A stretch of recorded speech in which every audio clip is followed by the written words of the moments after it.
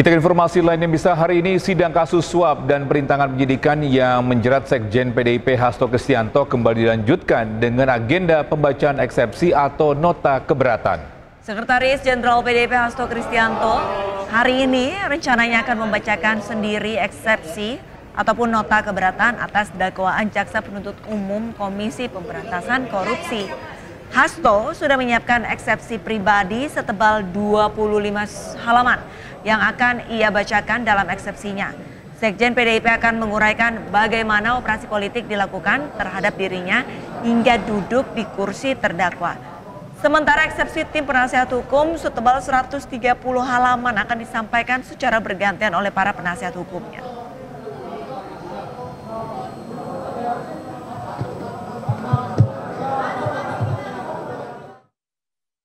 Pemirsa, untuk mengetahui jalannya sidang, kami sudah bergabung bersama Salam Rahmat di Pengadilan Tipikor Jakarta. Selamat pagi jelang siang, Salam. Sidang eksepsi Hasto apakah sudah dimulai? Ya, Togi, Arlista dan juga pemirsa, hingga saat ini sidang dengan agenda pembacaan sidang eksepsi yang diajukan oleh Sekjen PD Perjuangan Hasto Kristianto terkait dengan dugaan kasus suap dan juga obstruction of justice. Ini masih berlangsung di Pengadilan Tipikor Jakarta Pusat, di mana kalau kita dengarkan secara saksama dari jalannya persidangan yang sudah bergulir selama kurang lebih 1 jam ini, ada sejumlah poin menarik yang disampaikan Hasto dalam sidang eksepsinya kali ini, di mana tadi Hasto menyebut bahwa pada Desember 2024 lalu, ini Hasto mendapat intimidasi dari salah satu pejabat negara yang meminta agar Hasto ini ataupun juga PDIP tidak melakukan pemecatan terhadap Presiden ke-6 Joko Widodo yang kala itu masih menjabat sebagai kader dari PDI Perjuangan, ini agar tidak dipecat sebagai kader dari PDI. Dan nantinya jika Hasto ataupun juga PDI melakukan pemecatan terhadap Presiden Joko Widodo yang kala itu masih menjabat sebagai kader, maka dari pejabat negara tersebut akan mentersangkakan Hasto. Namun di situ juga tidak disebutkan secara detail atas kasus apa nantinya si pejabat negara tersebut akan mentersangkakan Hasto. Dan kalau kita perhatikan secara seksama juga saat ini persidangan ini masih terus bergulir begitu, Togi, Arlista dan juga pemirsa, bahwa tadi juga sempat disebutkan oleh Hasto bahwa pemeriksaan pada tanggal 10 Juni lalu ini hanyalah kedok semata, bukan pemeriksaan yang dilakukan oleh penyidik KPK begitu.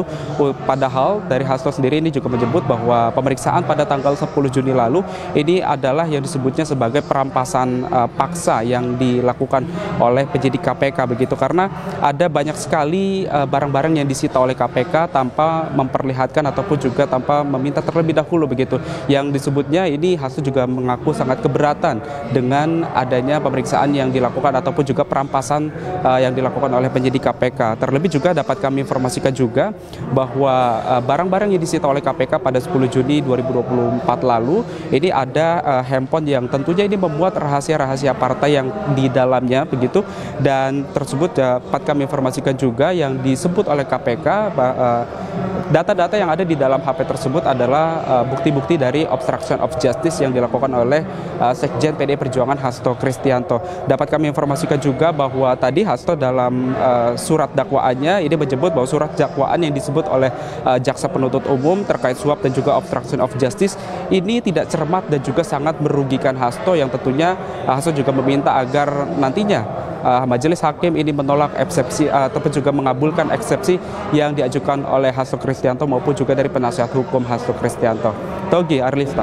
Baik, terima kasih banyak atas laporannya. Salam Rahmat langsung dari Pengadilan Negeri Tipikor Jakarta. Kami masih akan terus memantau perkembangan terkini untuk sidang di sana. Selamat kembali bertugas, Salam.